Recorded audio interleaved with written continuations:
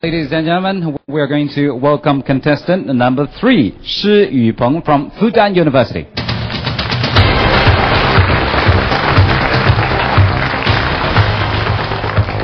Are you ready to give the prepared speech? Definitely.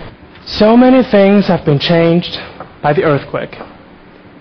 And among all of them, I found it most inspiring that people's perception of the post-80 generation has been greatly changed. Once labeled as indifferent and self-centered, we grew under immense concerns and criticism. But what we did during the earthquake has made the worries eliminated and the disapprovals discarded. We were the nurses fighting 48 consecutive hours to save lives. We were the young teachers ensuring all student safety but failing to get themselves out of the ruins. We were the most energetic volunteers walking 10 miles a day to distribute supplies and to provide psychological comfort. We were the largest component of the waiting line, donating money, clothes, and blood. We defy the odds with determination. We shatter stereotypes with actions. However, that is far from enough. We were also the young girl with beautiful eyes, shouting assuringly under the rubbles, "I'm fine, I'm alive." We were also the young man who kept talking with his girlfriend about their wedding ceremony until he lost his voice and finally his life. To those voices of doubt, we respond with the courage to live on and the resolve to earn the dignity of living under the horrendous attacks of disasters. Changed by the earthquake is the perception of my generation. But what remains unchanged is the caring heart, the sense of responsibility, and the undying compassion towards life. Thank you. Thank you. Thank you, Shi Yupeng. Thank you. Now it's time to answer questions from the challengers. At the beginning, you avoided making statements that were too broad. You said that the people's perception has been greatly changed, and that's a defendable argument. To say that it's been completely changed is a little bit difficult to believe. But by the end of the speech, I know. Yeah, by the end of the speech, you'd gotten a little bit hyperbolic. I know.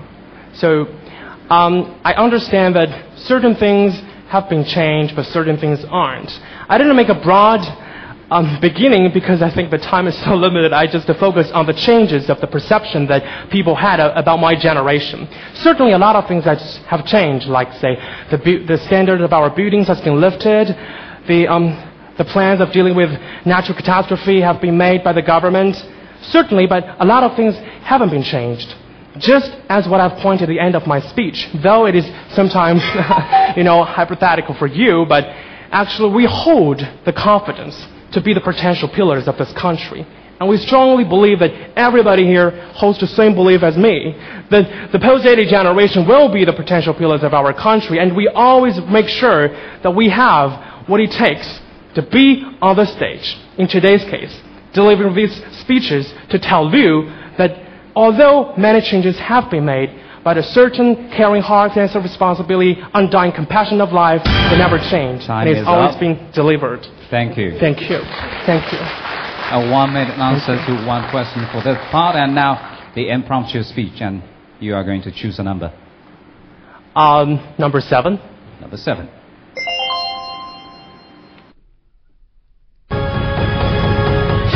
As the Beijing Olympics showed, China goes to great lengths to make a good impression internationally. Yet China still appears to have an image problem, at least in certain parts of the world. China does not yet have the currency policy we want it to have and that it needs. On issues such as the renminbi exchange rate, the trade surplus, and even the effectiveness of traditional Chinese medicine, Chinese officials work very hard to explain the country's position. That their efforts are not always successful can be the cause of considerable annoyance to them and to the nation as a whole. Our question is, Do we care too much about what the rest of the world thinks about our country?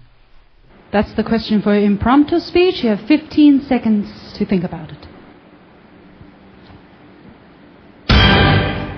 Please go ahead. I think we do not care too much, and actually we have a lot more to care about, because we have certain image problems in some parts of the world, and that's involved a lot of effort putting into the enhancing communication between us and different cultures. My American friend Sandy wrote to me an email. The Olympic game was so fantastic, but they failed to understand that what we have demonstrated is only a fraction, a tiny fraction of the rich cultures we have been holding for thousands of years. And that simply means we hadn't promoted enough. And more than that, some people only connect China with the rich cultures, but they fail to understand what modern China is, what we have achieved nobly in terms of modern technology and the practical use of it, and the enhancement of the quality of education, the continued expansion of the rule of law, and all in all, we believe we simply had a lot more to care about, to provide a positive image of China to the world. Thank you. Thank you. Good timing. And now the challengers are still discussing, but suddenly they've reached the conclusion they disagree. Come on. That's right, Xiaojun. We disagree totally. You said about the China should not care, and actually China don't care, because the question is, do we really care? Too much. We focus yes, on and too your much. answer is we don't really care too much, right? My answer is we simply hadn't cared too much, and we really have a lot more to care about. Okay. So tell us simply, do we care or do we not care? We Give us certainly yes or no. care. Why, Just why like we do care about our experiences on the stage, and like every contestant, as a country we care about our image globally to the outside world. Why do we care? We do our job, and we do our job better. And why do we care about what the rest of the world is thinking about us? Think about the world. Think about the world around us. Think about the living standards we have improved. Why do we care?